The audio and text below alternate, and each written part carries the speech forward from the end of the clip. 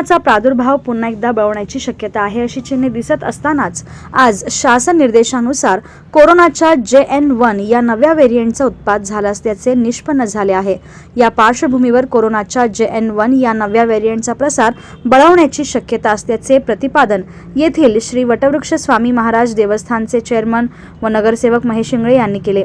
या निमित्ताने आज येथील श्री वटवृक्ष स्वामी महाराज मंदिरात मंदिर समितीचे अध्यक्ष महेश इंगळे व अक्कलकोट नॉर्थ पोलीस ठाण्याचे पोलीस निरीक्षक जितेंद्र कोळी यांनी सतर्कता बाळगण्याच्या उद्देशाने शासन निर्देशास अनुसरून मंदिरात स्वामींच्या दर्शनाकरिता येणाऱ्या भाविकांना तात्काळ मास्कचे वाटप केले।